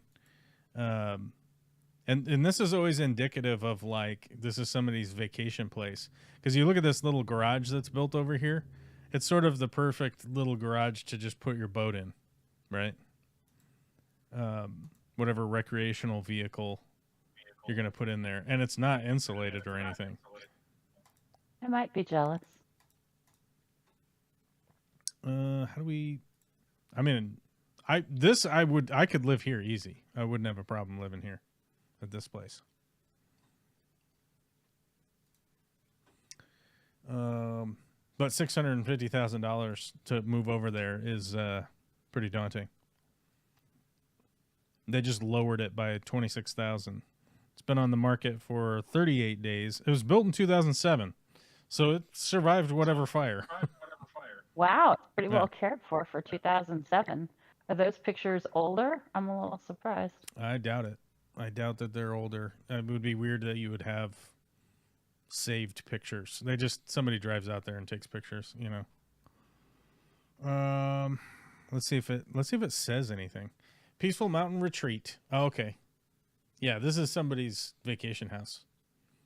At the end of a quiet year-round road, this retreat offers peace, privacy, and comfort. I mean, I don't know. I think it really only offers privacy because you're just literally further away from people. It doesn't seem to have any. It's private, like I'm private. Yeah, it's no like, one comes here. Yeah, it's like people can only see you if they have binoculars. And you're like, okay. Built with quality, the exterior has hardy plank siding and stacked stone accents. A detached shop with power, garden shed, strong well, and generous storage make this property practical and picturesque. The inviting living space above a 2-story garage is ideal as a full-time residence, vacation home, or artist's retreat. Seeking solitude, adventure, or inspiration, relax, recharge, and feel right at home. Wildflowers bloom and views inspire. Yeah. Let's see where it is. Just ignore the smoke on the other side of that ridgeline. I mean, they do have fires over there, you know. Where exactly is this? Oh, so it is out of town. Yeah, so you drive down 20 for a while. It's not like it's in town. It's down by the airport. Okay. Which, by the way, the airport is, you know what I'm talking about. By airport, he means well-mown field. Yeah. Well, it has a beacon. It is has a landing strip. Yeah. This place is wacky. Somebody built like a zany house out there. It's like Southwestern style.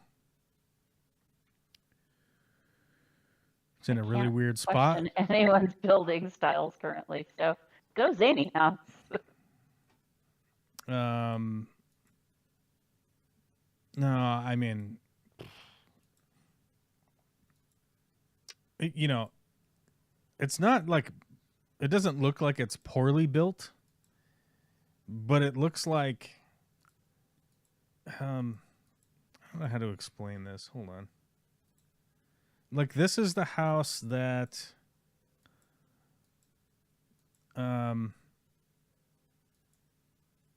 somebody in New Mexico like won the Powerball at some point or something. Like, I don't know.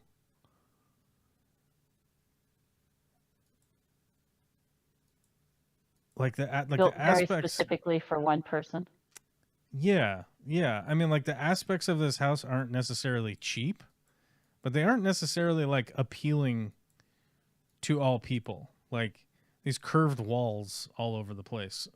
Like, I mean, Oh, that Adobe smooth sort of earthen wall feel. yeah, the Adobe, Yeah. the Adobe walls, and the inside is like that too. The thick Adobe Is it a wall straw on the bale interior. build? Is Like that what it is? What's that? I said, is it maybe a straw bale build or something? Is It might that why be. everything's That's what I'm curved? saying. It might be like an Earthship inspired something or other, you know.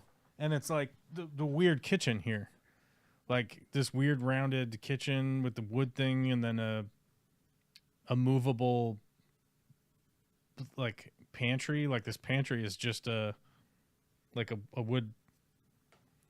Like, somebody bought this thing from IKEA and set it here, you know, like there's no built-in cabinets. It's just weird. It just has a really weird vibe to me. And houses like this give me a weird vibe. Like, something weird is going on and I'm not enthused by them. So, you know, I don't know. It's against my better judgment of being like, I don't know. Yeah, I don't know. Yeah, it's definitely got that. I think that looks like either straw bale or it's too thin to be straw bale, but you're probably right on. I mean, it doesn't look like it's the 2 feet thick. You know what I mean? Yeah. But it's also one of those things that, like, the people are just too creative in their build, right? It's like you got too Like- creative. You got too.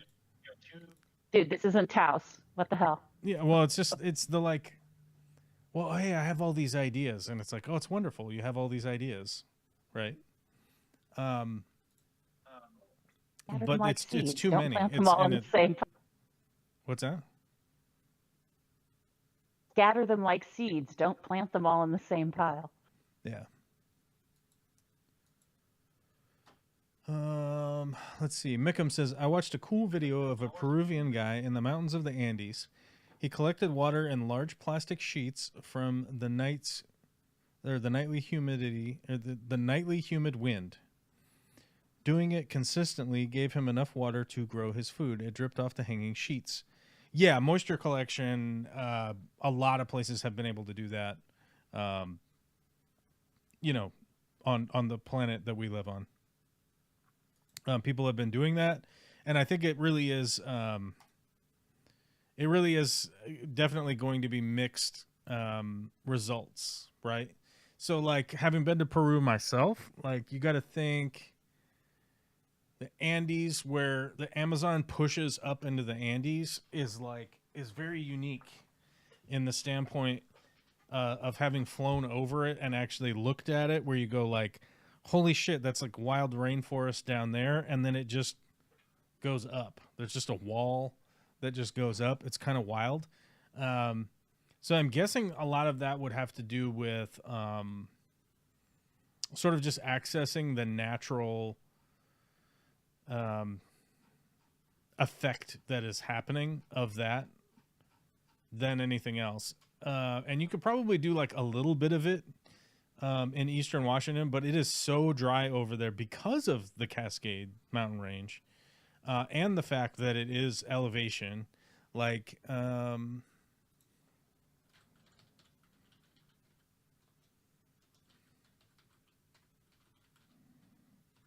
My town, Oroville, sits 900 feet, and it's down in the valley.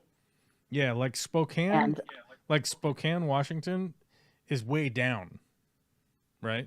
Like Spokane, Washington is way down, and it's 1,850 feet above sea level. And so it's like, it's not that you're 6,000 feet up, or what is that, 2,000 meters or whatever the fuck. But you're high enough up. You're not at sea level like you are in in Western Washington a lot. Like, I think my house here, I think I'm at like 300 feet above sea level or something. It's kind of crazy. And then, like, because we're at sea level here and everything comes from the west and it hits the Cascades, everything drops on this side. And then when the clouds roll over the Cascades, they don't have the moisture, right? They just don't have the moisture content. And it does rain and there is precipitation in eastern Washington, but if you're counting on it in the summertime, you're gonna die. Like, like Witchy Cat, if you didn't have any water, are you gonna make it? You're not gonna make it. Nope. Yeah, I know. It's an ongoing battle. I buy water every week. Just Skog says, I drive on 20 every day. Yeah, not Washington Highway 20. Highway 20 is my favorite highway, by the way. Out of all of the ones in the world that I have driven on, Highway 20 is still my favorite. It has a soft spot for you guy right here.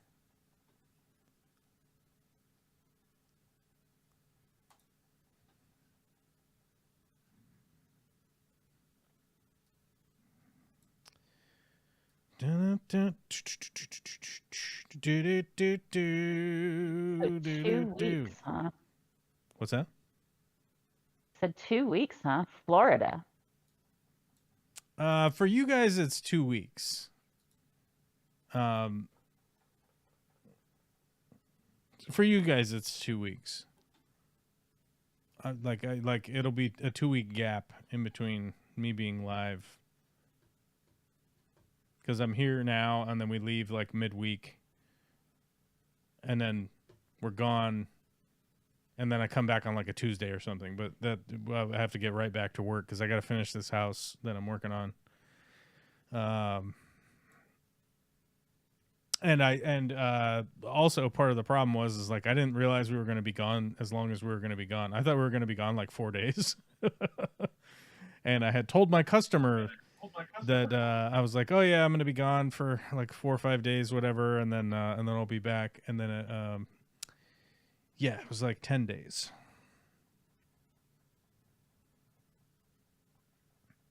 By then, you guys your algorithm will have put me right out of your feed, and you won't get fed any of my content. Well, we've enraged people with just talking about Washington. They left. Yeah, sorry about that, guys. Yeah, frankly, I don't care. I don't care. You know, I talked about it last week of just like the idea of like trying to do a YouTube channel, and it's like I've told you guys like a million times before, like if I could get hired and get paid to make content for you guys, like I would do it. I would do it in a heartbeat. Like that's what I would do every day. I would get up at 6 in the morning or 5 in the morning and work on it every day, and I would do that. But the reality is that like I got to feed my family, and I tried the experiment of doing YouTube, and things were definitely on the right path at one point, and then I got hired on to work at a company. And I put my eggs into that company basket, and that company broke all my eggs, one by one, systemically over time, and then the pandemic happened, and that really started putting the nail in the coffin, because I had to figure it out. I had to figure out what I was doing. You know what I mean? And attempting to recover, especially in the niche that I'm in, where there are so many insane Republicans and conservatives that are like funneling their purchases into this hobby, and forcing corporations to take their opinions seriously for whatever stupid reason, that it just kind of is what it is. That like, I could either do the thing where I could go like, all of my opinions are not controversial, but to act like that person, you'd have to give me a bunch of money, and you could film it. I'll write the scripts. You could film it. I'll act in it. I'll do the voice and stuff. You do all the editing. You do all the promoting. You do all the search engine optimization. You do the title. You make the thumbnail. You do all that shit. That's fine. But there certainly was like a soul searching point where it was like the idea that I was going to just make content and be non-controversial because it would benefit somebody else's company is fucking crazy. That is fucking nuts, man. I mean, you know, let's say that like you worked at Boeing and you spent a shitload of your time making YouTube videos about airplanes, and all it did was just promote Boeing, right? And promote the sales and confidence in Boeing. And then Boeing never compensated you for that, but they also made rules for you that are like, you can't do this, you can't do that. We don't want to hear about this. We don't want to hear about that. Because they were concerned about their email budget, because they were getting emails from people. That's basically what I was dealing with on a daily basis. Year after year, and I have to admit that like I'm glad that I don't work with those people anymore, because they're some of the most disingenuous and infuriating people I have ever associated with in my life, and that is very easy. It's very easy to figure out like who and what I'm talking about, and it is also very easy to sort out from the end of like people that are paying attention online, right, about like what I'm talking about, especially when none of the public facing personas are actually the people behind the scenes, if you get what I'm saying.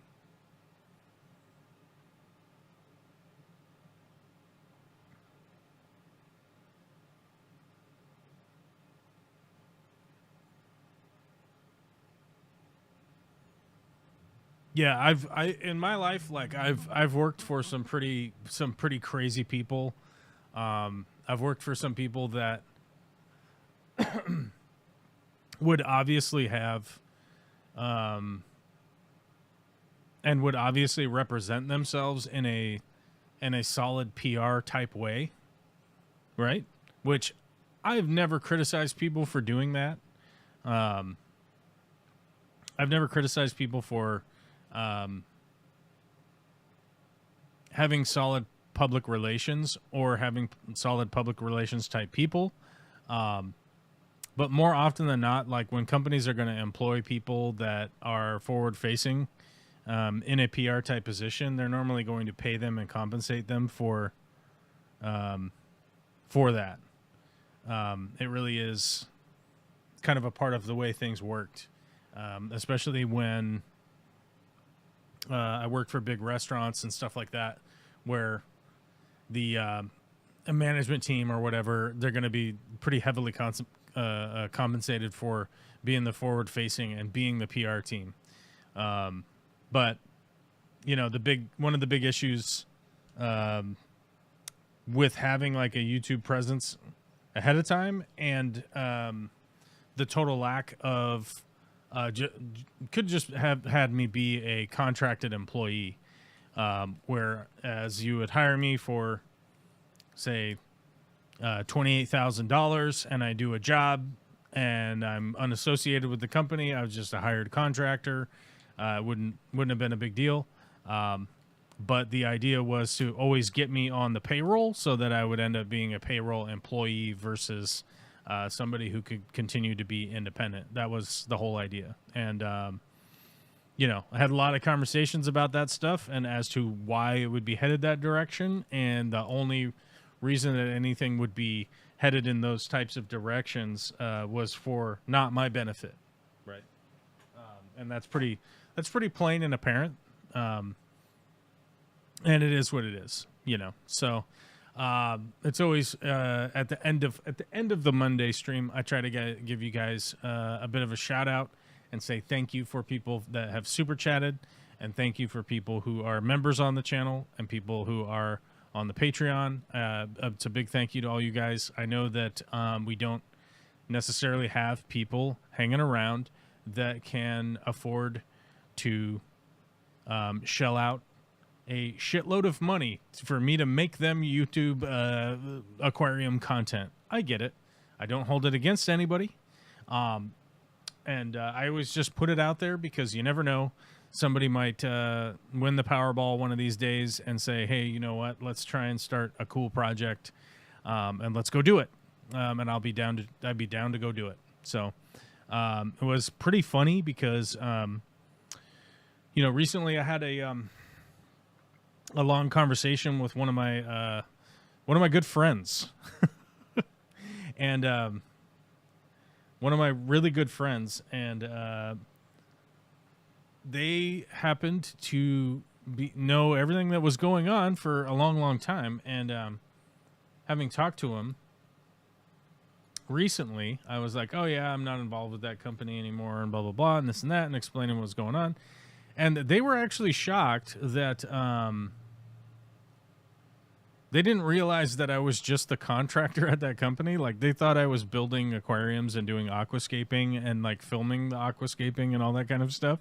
And I was like, oh, no, I do that I was doing that on the side, you know, like, on my own thing. And they were like, what? Like, I thought you were building aquascapes and doing all that kind of stuff. And I was like, no, I was always told it's not an aquascaping company. Like, the company wasn't for aquascapers. I was constantly told that, which I always thought was very weird because they sell a bunch of aquascaping stuff, right? And their main focus was selling aquascaping plants fertilizer, which I always thought was weird. I was like, how could you not be an aquascaping company but I guess the idea is that it's just for beginners, I guess, or whatever. I don't know. Because you get people on the entry level, and then you've already got their money, right? Like, so people that are coming into the hobby and they don't know anything, they buy a bunch of shit, and then you already have their money as a company, right? So if there's any other company out there that focuses like that, I steer away from it, because I'm like, I don't think that's a genuine way to run a business. Is like, we're just going to get the people that are getting into the hobby, and we're going to get them, and we're going to get their money. Yeah, that doesn't seem like a great way to run a business personally, but you know, I'm not selling anything. I'm honestly just happy to see the ad. Yeah, we were going to do the vibrator ad, but I don't want to today. I'm not up for it. The female orgasm is a myth and shall remain a myth, at least for the next couple weeks. Thanks a lot.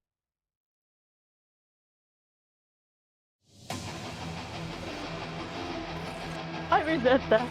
No, I didn't. Go on.